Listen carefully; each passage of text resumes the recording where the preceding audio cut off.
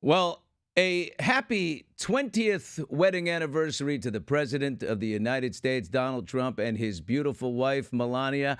I was there when they got married, and I almost got into a fight in that church.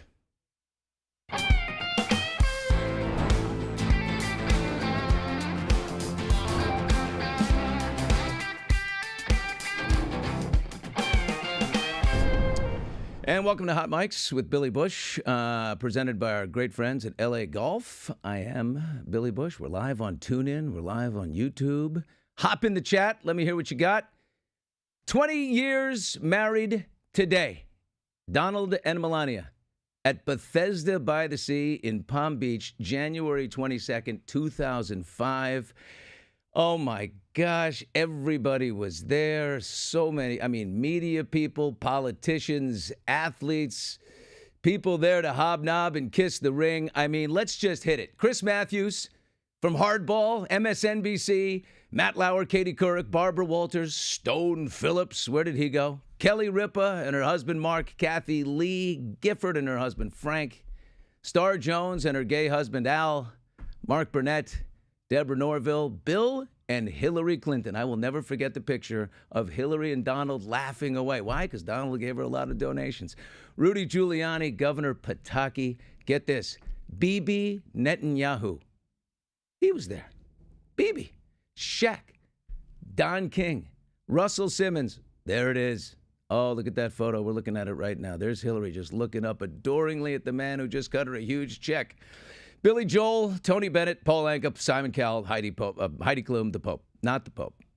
The Pope wasn't there. He was in conclave. But I almost got into a fist fight in the church. My predecessor on Access Hollywood, Pat O'Brien, had moved to a new show, and he was there. He was drunk as a skunk in a couple rows behind me with Billy Joel, both blitzed.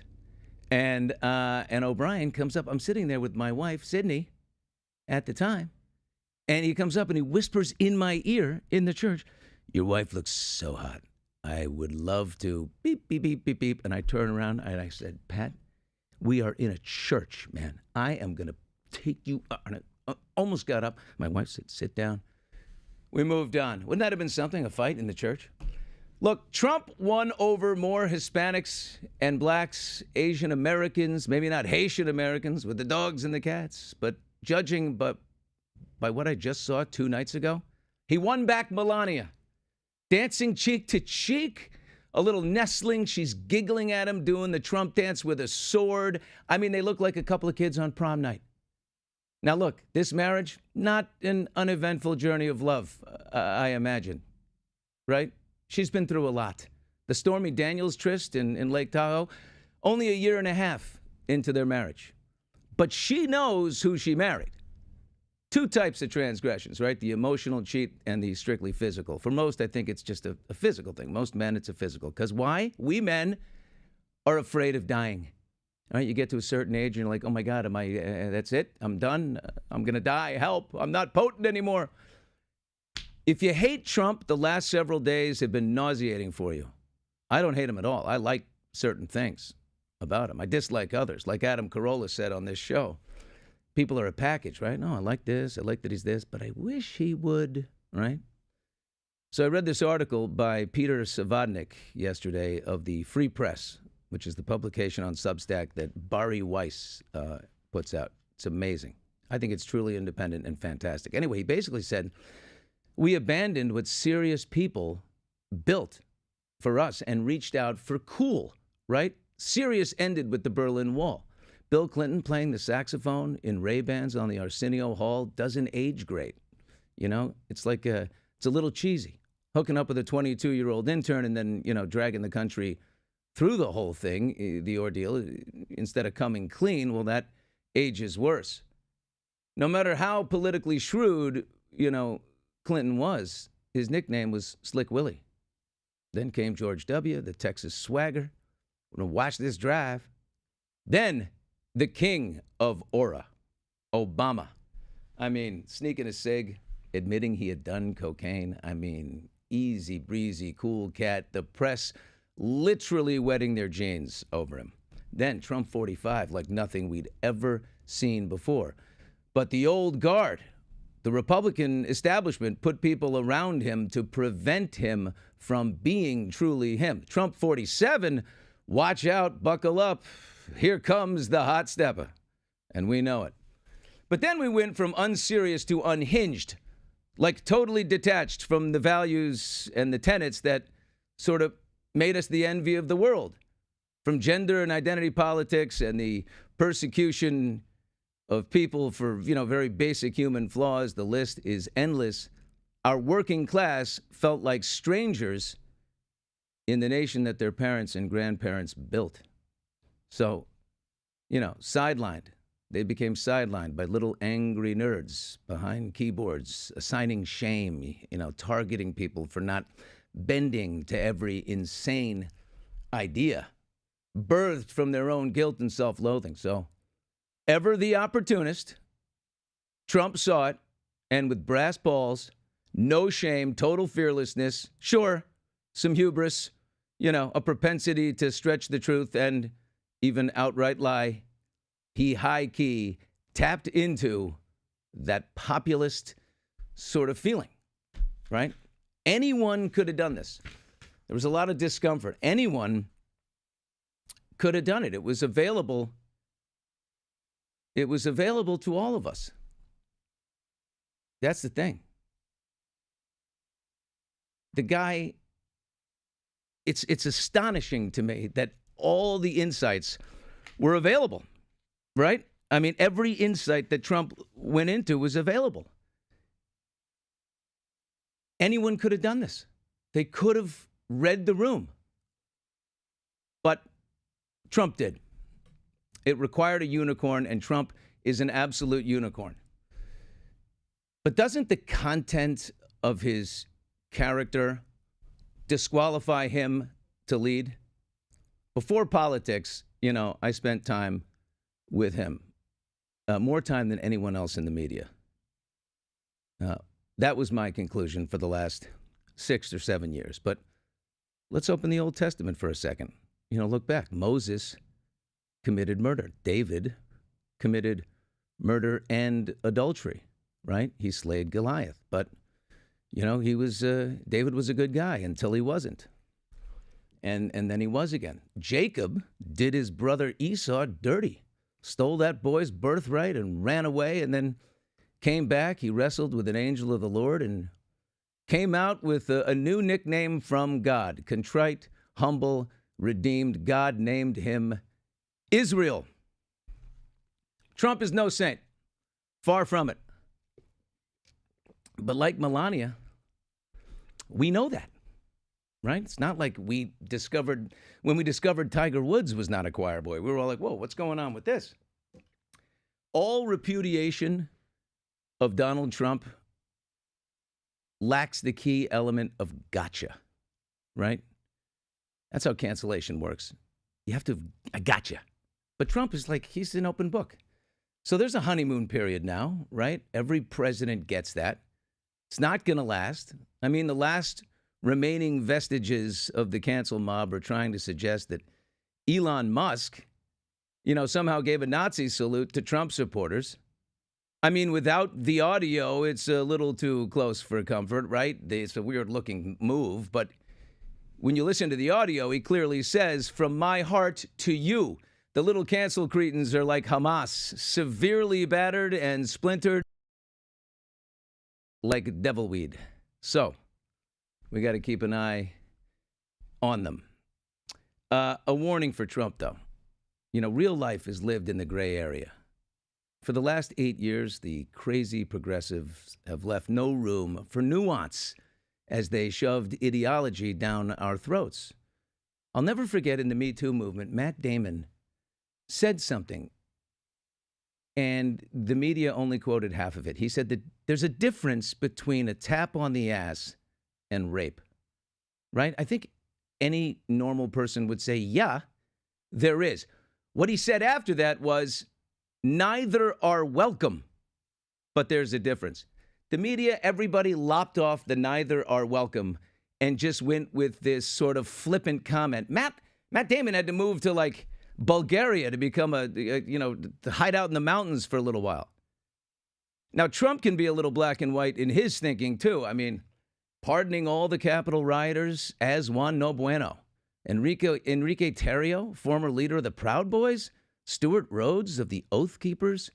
These guys came for violence, man. Most agree with Trump. Look, Trump, you were overzealously persecuted by the justice system, but don't lump these assholes in with you.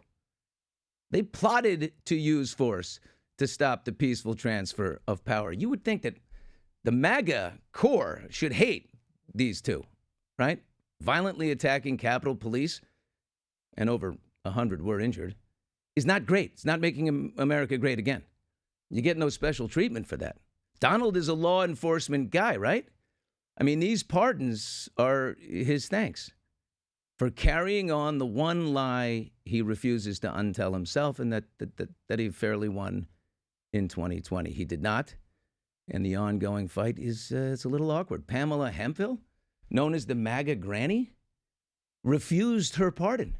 She served 60 days, got the after pardon, and said, look, I pleaded guilty because I was guilty. And accepting a pardon also would serve to contribute to their gaslighting and false narrative. She said she saw the Trump government is trying to rewrite history. I don't want to be a part of that, she said. Now that is one tough granny. So covering Donald Trump is the job of Peter Ducey, who just covered the entirety of the Biden White House.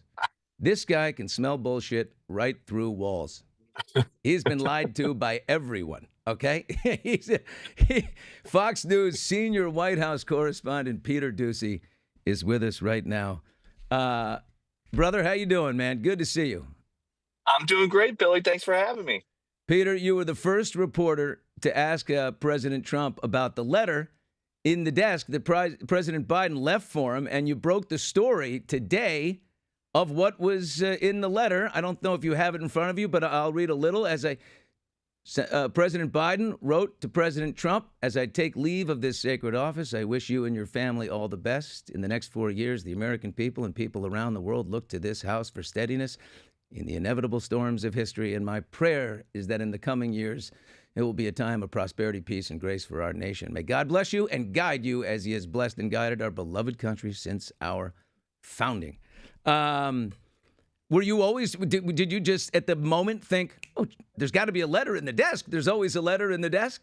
I did. And I asked one of the first Trump staffers who came into the West Wing before the president got here on Monday, Inauguration Day, is there a letter? And they said, we don't know, not our office. And so I guess when they let us into the Oval Office, Trump had only been there for like 5 or 10 minutes. He truly had not looked. But ever the showman, president second, producer first. A big dramatic reveal, maximum suspense, opening the drawer and looking. Should I read it? I don't know. Maybe I should read it. Should we all read it together? Let's see what we should do. I don't think so. Maybe I'll read it later. I don't know. We'll see what happens. I really thought he was going to read it right then. But so then today I get a call. Hey, Peter, come upstairs. And somebody was standing there with an envelope. And it was this letter in President Biden's handwriting, which was very hard to read.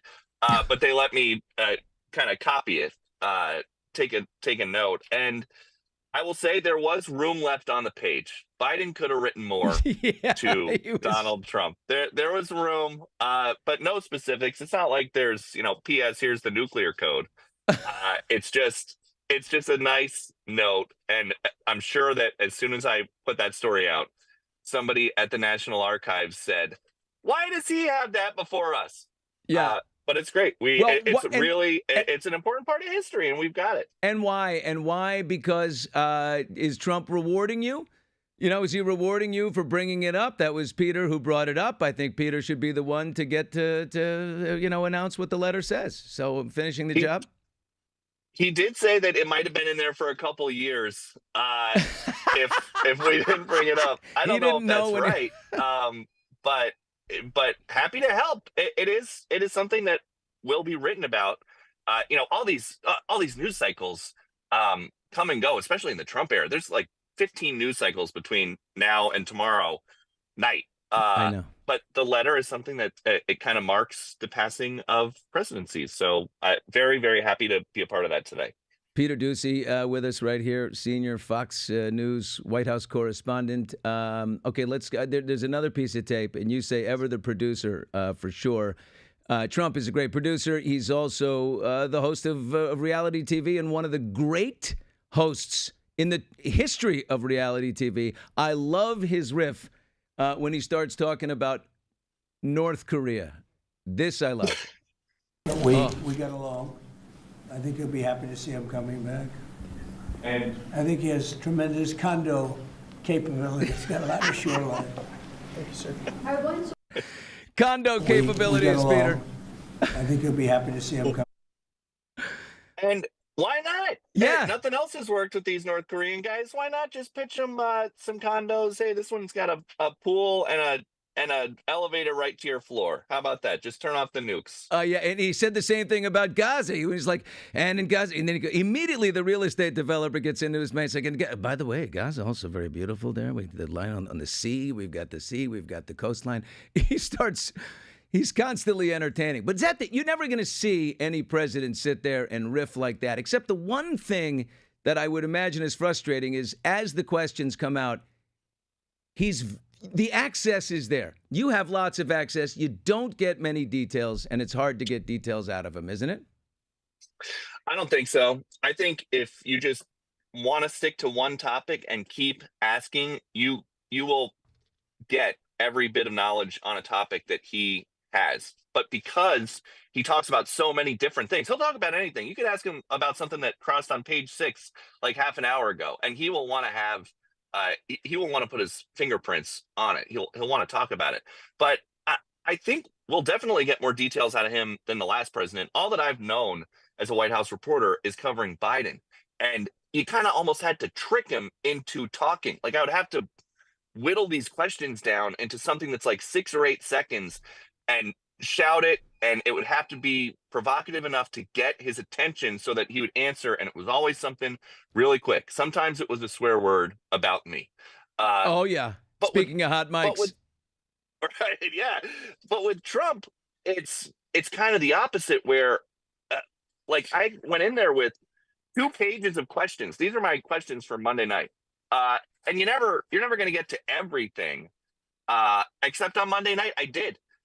And so after an hour in there, I'm looking at my phone like, what else is crossing tonight on Inauguration night that I can ask him about?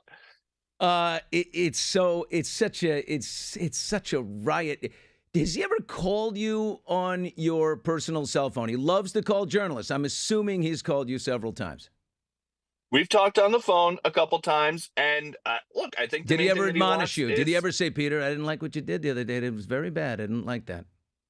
I've always wanted to say this in this kind of a forum. I don't want to talk about my private conversations with the president. I think that's fair. Yeah. But I think that he just wants to be covered fairly. And if you look at the last administration, and even there are some bubbles of this already 3 days in, 2.5 days in, not everybody approaches him for whatever reason. I think people have personal reasons. Not everybody wants to cover him fairly. And that's kind of our whole job. Like the whole job is get him talking, figure out what the most interesting thing that he says is, and just put that out. Put it out for people who missed it live. That's it. And so I think the main thing he wants to change things, but he just wants to be treated fairly. Got it. The deuce is loose on Hot Mics today. Peter Ducey from Fox News, senior White House correspondent, is with me. Peter, I would think that one of the challenges, I'm going back to, I spent the first decade with Trump from 2005 to 2015. I was with him all the time, and especially when The Apprentice came on. I'm the head entertainment guy at NBC. He's the biggest star on the network. They're literally like, be with him as much as you can. Plan the next thing with Trump, because he was so refreshing as a soundbite machine on Access Hollywood. He would say anything, right? He didn't have a publicist who was there to be the guard dog. It was just a gold mine. But, he's also a little short-tempered and vindictive, right? If I do something or upset him in some way, or that he doesn't like, or if I challenge him and too hard on something, I don't like Billy Bush. I'm getting rid of him. I only want entertainment tonight. That's it. He'll throw you aside. So you have to balance something carefully, right? You have to hold him to account because he's the president of the United States, but you also need the access. How do you balance it? I think he is somebody where his media diet is so broad that if you bring up a topic that he is in any way involved with, he is going to understand why you're bringing it up. And I think that he understands too. Like, you look at this TikTok thing, he's trying to save TikTok now. For years or years ago, he and people that are on his team now, like Marco Rubio, they were saying TikTok's bad, they're spying on us, we got to get rid of it. I did ask him about the evolution on that the other day in the Oval Office. What do you say? Because people assume it's the money. He's got a big donor in Jeff Yass, who donated a lot of money. He's a big investor in TikTok. Did that turn it around? Is it the fact that 170 million people are going to adore you if he likes eyeballs? Why did it turn? I think he sees it. He did not used to see it as something that could benefit him politically. He looks at TikTok as maybe the key to him doing so much better with the youth vote. And so, not so bad as long as they can change ownership. And so there are going to be a lot of things like that over, during the transition and in the first 2 days. He doesn't really have a brand new record to hold up to him and say, wait a second, you said that you were going to do this, or you said you were going to do that. But we've now got a list of things that he is doing, and we'll see how stuff shakes out. We'll see what happens. Lawsuits are coming, I'm sure. Yeah, like these EOs, people are going to sue for everything. But we will, I think that he will understand why certain things are of interest, and I don't see it being a problem throwing a fastball to him. And I think he'll engage. Biden, 75% of the really hard questions that I know Biden heard me ask, he would just laugh and walk away, smile and walk away. Trump is different because he's going to want to stand there and make sure that the first draft of history has a quote from him in it. Before we get to Biden, just last thing on the TikTok is, look, there is lots of evidence, very credible evidence, that it is an espionage app, that they are gleaning lots of data, and worse, feeding our kids, as Ted Cruz said, Tide Pod challenges, while their kids are getting limited access to it, first of all, and second of all, science experiments and things that are healthier. Our kids get, capitalism is bad, pro-Gaza stuff. There's lots of, they didn't make any moves to divest when they were told to divest. Now, it is illegal as we speak. TikTok is illegal, but Trump obviously said to Apple and Google, guys, leave it up. I got a plan here. Is this a carrot in the trade war with China? Could this be potentially genius? It absolutely could be, because he's talking about this as something that could be part of he's putting the number $1 trillion over time. It could be $1 trillion thing that the United States owns half of. I don't know where they're getting that number from, but it is worth a lot of money. And there are a ton of people whose jobs are tied to it. The most interesting thing that I think about TikTok is he's got this advisor guy who hangs around all the time now and has an office at the White House, who owns TikTok's top competitor, X, Elon Musk. And so Trump's trying to save it. I know that Elon Musk has a lot of influence, and that there was a rumor maybe Elon could try to buy it and he's the U.S. buyer. I don't know, but I'm surprised that at no point over the last couple months or the last couple days since TikTok became illegal, Elon Musk didn't say, hey, look, this is good. This is good for me. A joint venture is good. How about, China? Why don't you let us, how about our platforms? I don't think our platforms are allowed to, they're not allowed to be online over there. So we should have a nice joint. Let's have an understanding. I think if we can pull that off and share in the profits, it's not bad. Our executive producer here, Rob Silverstein, has something. You going into the chat? What do you got? Yeah, Bill, I am worthy 222 for Peter. Is there one burning question that you've always wanted to ask Trump, and what is it? Peter, what is it? Did you hear that, Peter? Yeah, I did. The one thing over the last 2 months, and I know that he has access to this information, and I've asked him about it twice now, once at Mar-a-Lago last week and in the Oval Office the other day. What was up with the drones over New Jersey? Yeah. What is going on? He now can, because classified briefings started happening, and then lawmakers stopped talking about it, and then we stopped seeing them, or at least the videos stopped. Why? What was it? And I did ask in the Oval Office the other day. It was the one thing where he turned to the chief of staff, Susie Wiles, who was sitting on a little, the little love seat off to the side of the Resolute desk, and he said, "We need to get a report on this together." That is the one thing that I'm the most interested in, and you'll chase that down. I'll absolutely, and that's the kind of thing. I know that the first day there's lots of policy questions, and there's stuff about like tariffs that we need to know, and other kind of wonkier details. But I think something that I will always try to do, and that I think Trump will play ball with, is like the drones are something that people watching at home who don't follow policy know about and want to know about. And so, and I think that's the kind of thing the Biden team didn't always play ball with that. But I think Trump will. Yeah.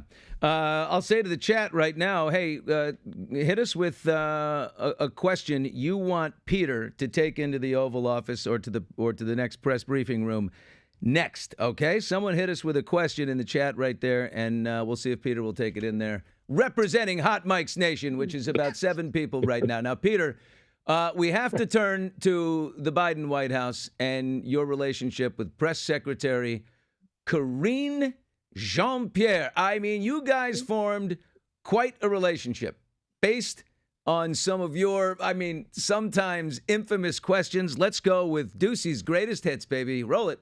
So just for clarity, it's possible that there will be no Joe Biden, Donald Trump debates. Is that what you're excited about? Is that what you want to see?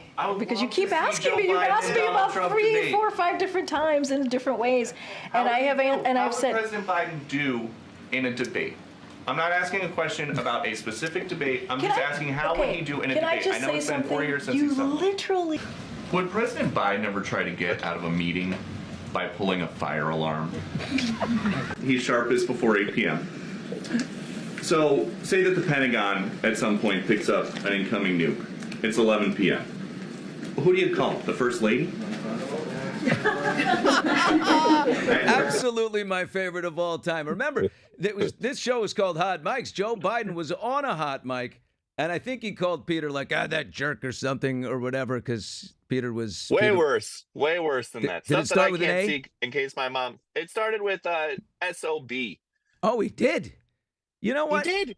That is not true.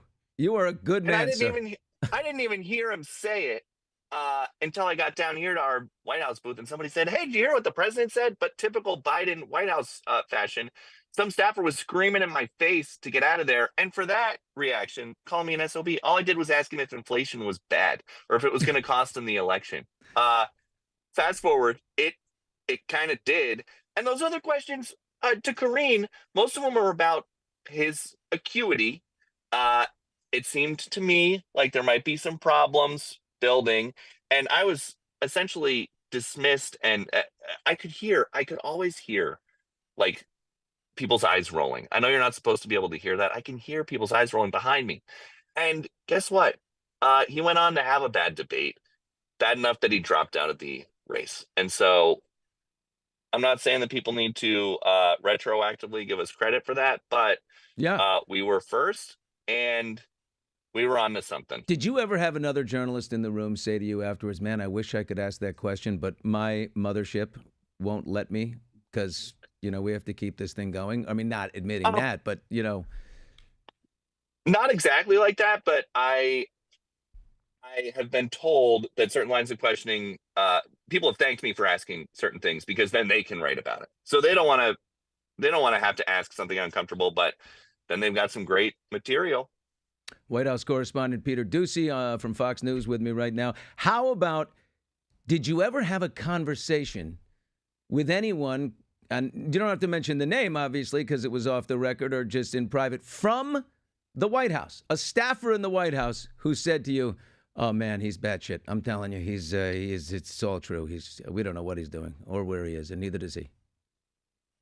Not exactly like that. Okay. And I think part of the reason is they really were walled off, and the circle just kept getting smaller and smaller and smaller until the bitter end. And it seems like it was a bitter end for him. It was just family and like 2 aides that have been with him forever. They were like buying his groceries in his house in Wilmington during COVID. Like basically like family. And that was it. And those guys are never going to talk to us. And I don't think anybody else truly knew what was going on. What about, are your bags packed? Do you know where you're going next? Do you have to fly with Trump wherever he goes? You go sometimes? We go sometimes. I don't know I know his first trip, he's going to be out in LA looking at the wildfire damage on Friday, and he's going to be in North Carolina. I'm not going on that one. But he gets invited by like every world leader to come for a visit. So I'm hoping I'm hoping somewhere cool first. Yeah. I mean, he said he's going to China. You think he'll go back? They say, are you ready to go back to North Korea and see Kim Jong, see Rocket Man, his buddy? Or it sounds like we could go with him to North Korea for some kind of a condo site survey. So that would be the trip that I want to be on. You know, I'll tell you this. What's fascinating, Trump does have this great affinity to Andrew Jackson. Andrew Jackson's portrait was on the wall in the Oval his first term. He put it right back up. First thing, right? Some family and Andrew Jackson back to the wall because he has a real affinity for Jackson, who the other, the elites hated. He represented the people felt underrepresented. Jackson wanted to undo the big banks. He wanted to take more property, right? I think there's Trump looking at Greenland. He's talking about Canada as the 51st state. Have you ever had a chat with him about the man on the $20 bill? I have not, but it's like the second day. I'm sure at some point within between now and January of 2029, I could get some insight from him on that. What are the plans for the 20th wedding anniversary? You were too young, Peter. You were too young to be at that wedding, but I went to that wedding, and it was 20 years ago today. Is there a little romantic Big Mac with a Coke in the residence? You know, I think they'll do something.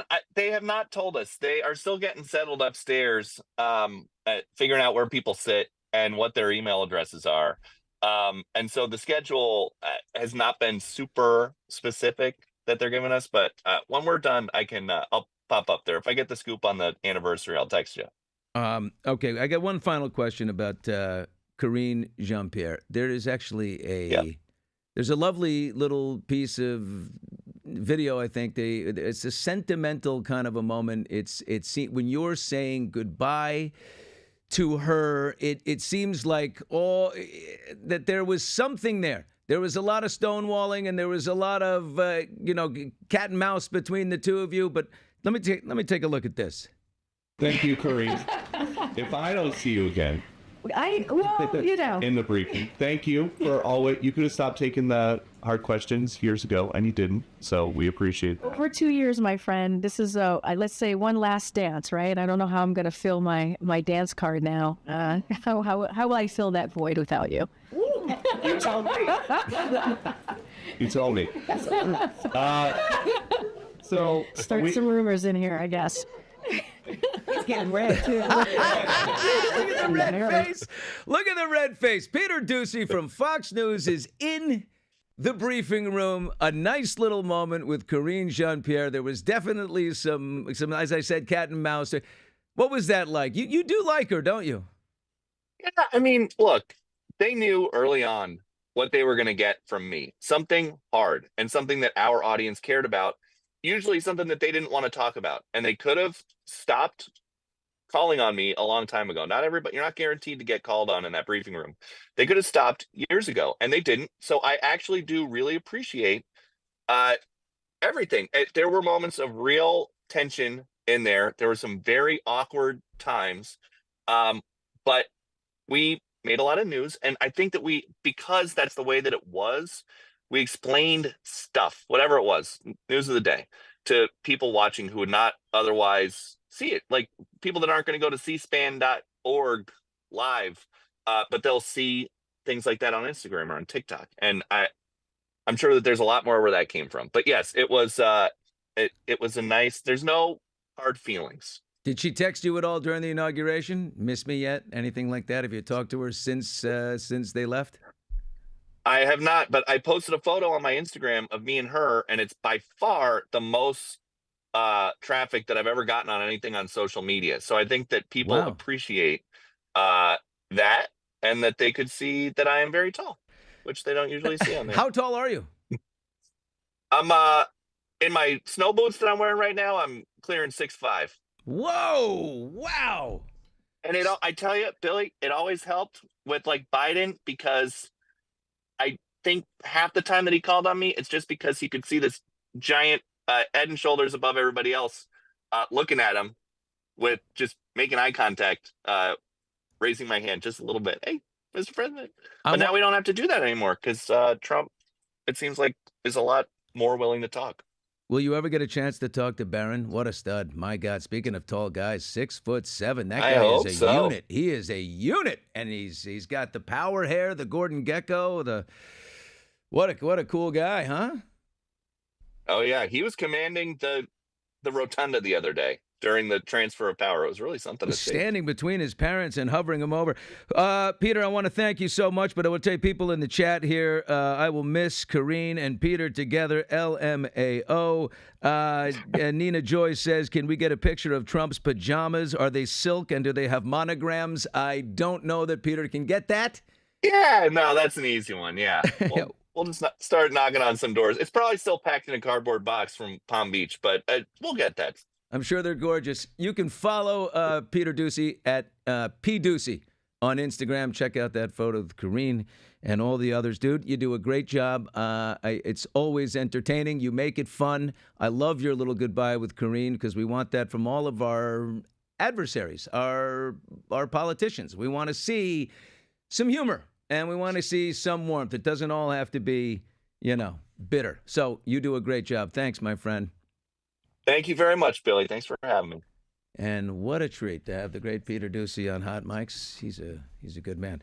All right, let's take a little break here. We got 60 seconds to bow out on TuneIn, and we will be right back. Oh, my God, we've got a great guy coming up ahead of us. Who delivered the great benediction? Oh, my God, Lorenzo Sewell. My God, maybe, we'll see if we can get him. Maybe did I hear he just canceled just a second ago? Maybe he canceled. We'll see what happens when we come back right here on Hot Mics with Billy Bush. Hot Mics with Billy Bush brought to you by LA Golf. Upgrade your game. Take your golf experience to the next level at lagolf.com. And for all the sports fans out there, don't miss a beat with TuneIn Premium. Unlock access to the biggest college football and basketball games, every NHL game with no blackouts, and commercial-free ESPN radio to keep you up to date on all the breaking news around the sports world. Plus, enjoy over 300 commercial-free music stations to suit every mood or activity, whether you're into today's hits, classic rock, smooth jazz, country roads, or anything in between. There's even over 100 mood stations to help you unwind and chill out. Stay informed with commercial-free CNN, Fox News Radio, MSNBC, and more with fewer ads and no interruptions. Tune in to 100,000 global radio stations and podcasts and get breaking news and sports talk anytime, anywhere. Go to tunein.com/premium and sign up today to unlock it all. Welcome back to Hot Mics with Billy Bush, sponsored by our great friends at LA Golf. So we were going to talk to Lorenzo Sewell, the Detroit pastor who delivered that soaring benediction at the inauguration. Boy, was it good. Man, he was fantastic. Before we even get into it, should we listen to him a little bit? Or are you going to tell me, Rob, why he's not here? The pastor canceled on Hot Mics Live? So we had him going. How long ago did he cancel? Why did you let him go? He canceled 5 minutes ago with a text that said, "I sorry, but can't do the call." Yeah. Now, I spoke to him a half hour ago. He was all ready to go, excited. When I booked him yesterday, He called me back within a minute. I texted you immediately. I said, we got him. He's going to do it. He's excited. He's great. Something has happened. We don't know what it is. The great Pastor but Lorenzo, something has happened. I'm going to say ministering to the sick. I'm going to say... Now, Bill, his backstory. Why don't you give people a little information about his backstory? Well, I mean, this is a man. Should we listen to him for a second? Let's listen. Okay. This is the man, just quickly, So I want to let say... freedom ring He's amazing. from the prodigious hilltops of New Hampshire. Let freedom ring from the mighty mountains of New York. Let freedom ring from the heightening Alleghenies of Pennsylvania. Let freedom ring from the snow-capped Rockies of Colorado. Let freedom ring from the curvaceous hilltops of California. But God, we're asking you not only that. Let freedom ring from Stone Mountain, Georgia. Let freedom ring from Lookout Mountain of Tennessee. How could he cancel? Let freedom ring from every hill and every molehill in Mississippi, from every state. Yes. Yes, he is good. But Lorenzo Sewell, the nation's pastor now, Trump's pastor, is not going to be... What a life. The guy, boy, physically and verbally abused as a kid. His father was in prison. His brother was killed. He was involved in drugs. He started selling drugs. He's like the jelly roll of pastors. He amazingly, his senior year, it all changed. You know, and just he found, I want to know about that epiphany, because there are a lot of people out there. If he can somehow guide them to it or tell them how it happened, he could help a lot of people. Al Sharpton was a little critical of him, saying, don't let them hijack Dr. King's legacy and all that. Now, he's an interesting guy. He's got his own cryptocurrency. I wanted to ask him about that. I also wanted him to give us a prayer for L.A. I really did. So I'm going to miss Lorenzo.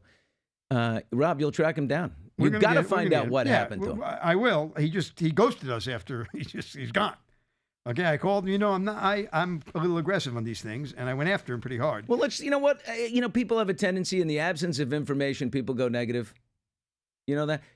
Let's go positive. Maybe something happened in the church. Someone needed him. Absolutely. Right? You know what? Absolutely. Someone's not well. And Lorenzo can heal the sick and infirm, and that's what he did. We're going to forgive Lorenzo. Let's talk about a different pastor. Yes. Shall we? Okay. This one, the Right Reverend Marianne Edgar Booty, the Episcopal Bishop of Washington. So she's caused some controversy with Trump and Vance and all of their families sitting right in front of her. She said this.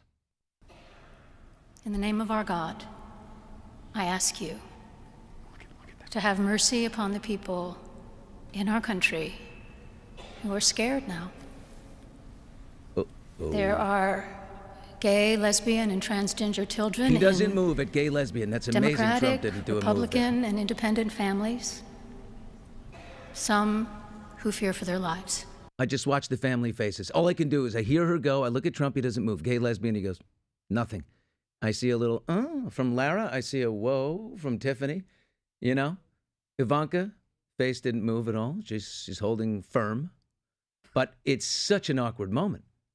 You know, I would say this. Trump, the Episcopal Church is openly LGBTQ+, right? Openly. And that happened years ago. But I think, you know, had it been a male preacher, you know, a big, brassy, you know, guy, would it have been different? I don't know. Trump didn't like it. He eventually looked at Vance and was like, what the heck is going on here? But some people mix politics, you know, from the pulpit. One of them is Lorenzo Sewell, who canceled on us a moment ago. We're still going to find out. Trump last night ripped this woman.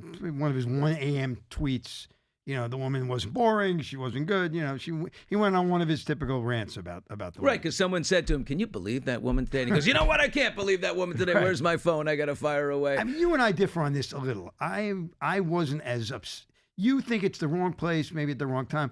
I was like, she was trying to show compassion. No, she had her moment. She took her shot. I don't blame her. Listen, okay. I don't blame her at all. Right. I think it's just saying, I'm just calling out an awkward moment. But people are really going after her, though. Well, of course. Right. The MAGA base is, is strong. Yeah. And they are not, they don't hold back. But I have no problems. She knew, when is she going to get a private audience with Donald Trump? She's not going to get one. No, not now. And if it was the wrong thing to do, the Lord will forgive her, I guess. All right, let's talk a little, some other stuff here. Some hot mics, hot takes. Come back with them. We've got Prince Harry. He had a big battle over there in the UK. Harry needed a win, and he finally got one. So we'll start there when we come back here. Hot Mics with Billy Bush, presented by LA Golf. Back in 60 seconds. Hot Mics with Billy Bush, sponsored by LA Golf.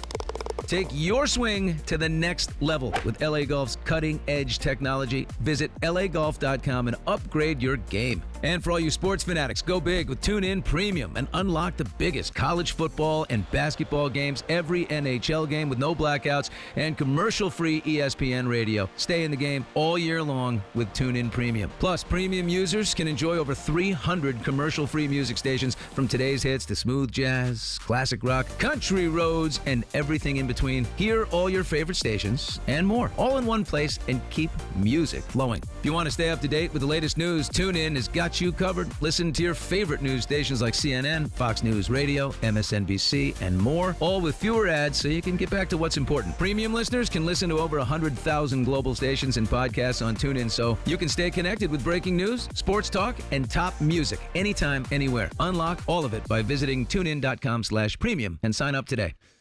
Welcome back to Hot Mics with Billy Bush, presented by LA Golf. I had to remember my name. We're live on TuneIn, and we are live on YouTube. Hit the chat with any questions you have at any time. Time for Hot Mics, Hot Takes.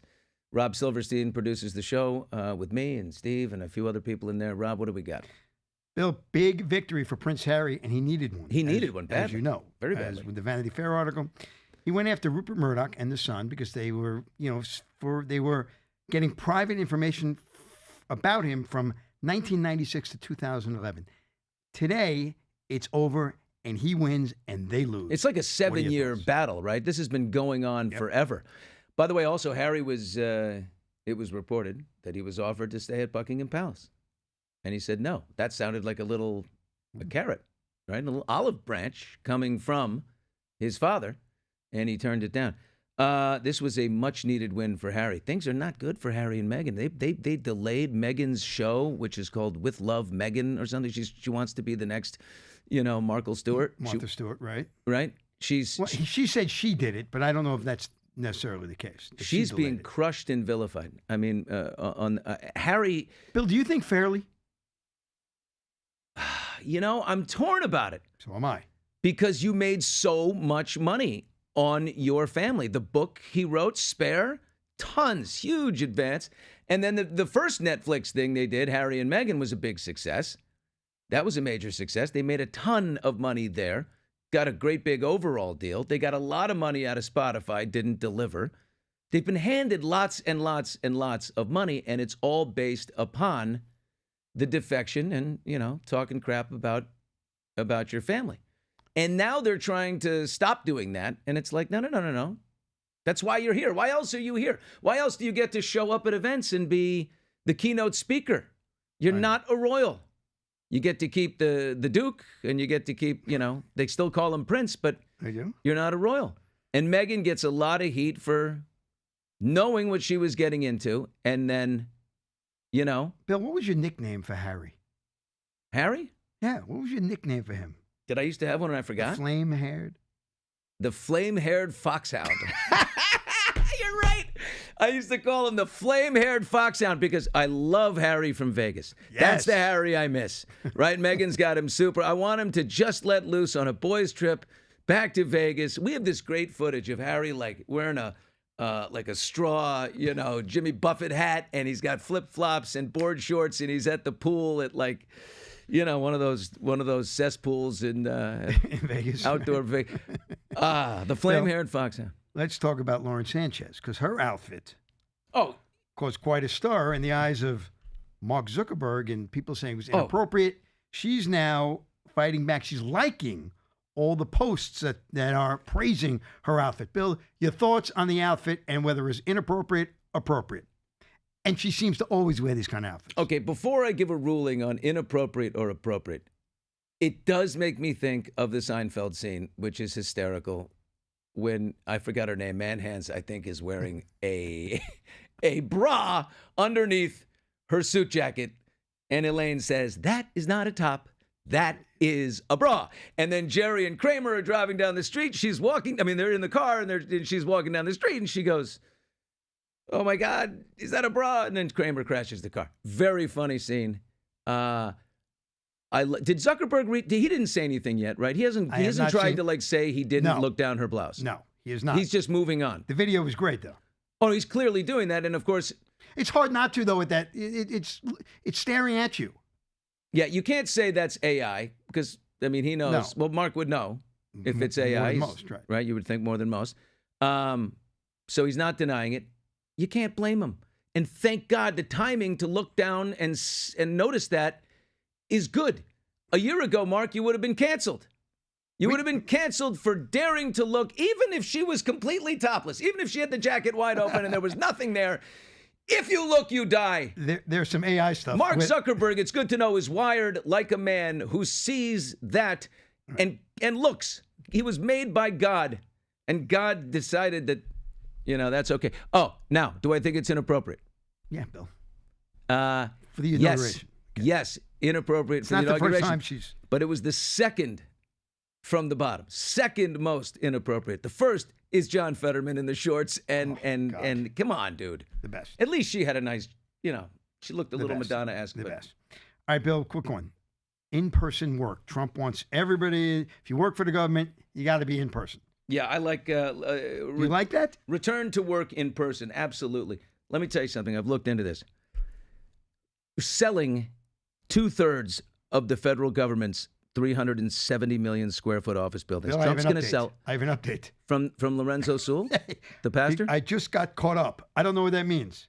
Got caught up working on other things. He didn't realize that it was live and very important. Tell him to come in right now. Zoom right now. And we will forgive you. We want to end with you, sir, the great pastor who delivered the benediction at the inauguration, Lorenzo Sewell. Let's see if we can get him. All right. I just texted him. Zoom right now, ASAP. See if we can get Lorenzo Sewell, see what happens. But in the meantime, yes, get back to work in person. Can you believe this? Come on, man. There's the buildings, the federal government buildings in D.C. are 12% full. 7,500 vacant buildings. This is unbelievable. You can't sit there at home collecting giant government Bill, checks. I have Lorenzo on the phone right now. Lorenzo, please zoom in right now. Let's see if Lorenzo Sewell comes in. Lorenzo, we need you right now to zoom in. Look at Rob's getting very serious with Lorenzo Sewell. Okay, please. We need you right now. Right now. This very second. Tell him it's like the world is ending, like the show is going to crash. Everything's going to be terrible if he doesn't call in. But that's a lie. I'm lying to a pastor. It's not true. Right. Well, we can survive without him, but we want him. I know. We have to wait and see if he zooms in. All right, guys, you'll just give us through the glass. You'll give us a little love if Lorenzo Sewell comes in. But I've got a problem with that. That executive order, I definitely think is good. I want to see everybody back in the offices. Man, that's where we figure out new ideas. That's where, enterprise happens, is in person. Now, the other one, Rob, that us dropping out of the World Health Organization, absolutely. We pay $1 billion. China pays $150 million, and China has full control over the World Health. They're the ones who changed the Wuhan virus to COVID-19. They led the denial. They allowed China to block them from going in for weeks and weeks and weeks, so we could have really learned something of what happened. In the end, we know what happened. But they are absolutely a puppet of China, and there's no reason why we need to keep paying. Well, they also have 1.4 billion people. Guys, this is unbelievable. Pastor Lorenzo Sewell delivered the amazing... There he is, Lorenzo. What did you do? You can't keep track of time. This is alive. I'm going to forgive you, Pastor. I'm going to forgive you. Thank you. As the Lord would do so. He's forgiven me for so many things. Sir, you delivered a benediction that was just off the charts. It was beautiful. It was soaring. How did you develop this relationship with Donald Trump? He came to the church, and when he came here, he came with the intention to listen. He came with the intention not to hold a rally. He came with the intention not to just speak to the people, but actually to listen to the people. And we know that God was moving. We know that God was stirring because he said he wanted the least of these to come in. He didn't want big donations. No, he didn't want us to stroke his ego. He wanted us to tell him about the aspirations and the longings of our community. And then he promised to have me at the inauguration, have me preach at the RNC so that Jesus' name can be lifted up. Really, God is using this political moment as a spiritual moment so that people can be able to ask that critical question, what must I do to be saved? What is the reaction that you've gotten? Is it mixed? I mean, some people, look, Donald Trump did a lot better with African Americans in the vote as he did with Hispanics. But, not the majority of African Americans. Does your church line up behind you in support of Donald Trump, or do you get some heat for it? Well, we're always going to get heat when you're doing the right thing. You're always going to get heat when you are liberating people. I think about Harriet Tubman when she had the Underground Railroad, and we feel like we are like spiritual Harriet Tubmans and political Harriet Tubmans. We have to persuade people to be free from the Democratic Party. So we know sometimes when you've been shackled in terms of your political paradigm, it's difficult. So it is hard for some. And then others are saying, I want to be free at last, free at last. Thank God Almighty, we are free at last. Woo! What did you feel while you were delivering that in the rotunda? I mean, it is Martin Luther King Jr. Day. He was a young man when he went down. You are a young man. Do you feel an affinity? What if you remind me of him with the oration? Your oratory skills are off the charts. Thank you so much. I mean, I feel like Dr. King will be proud because he died. He was assassinated for political legislation. He was given his life for things like the Voting Rights Act, for things like the Civil Rights Act. And we know that HUD, which is the Housing of Urban Development, after he had passed away, he was the one that was the impetus of that legislation during the Carter year, during LB Johnson. So what's the point? I felt like I was calling America to dream again so that the dream can be fulfilled. I love that. You did it effectively. Your story, how you got saved, is fascinating to me. Can you give us a little sort of background on what you went through as a kid and how it led you to when you saw the light?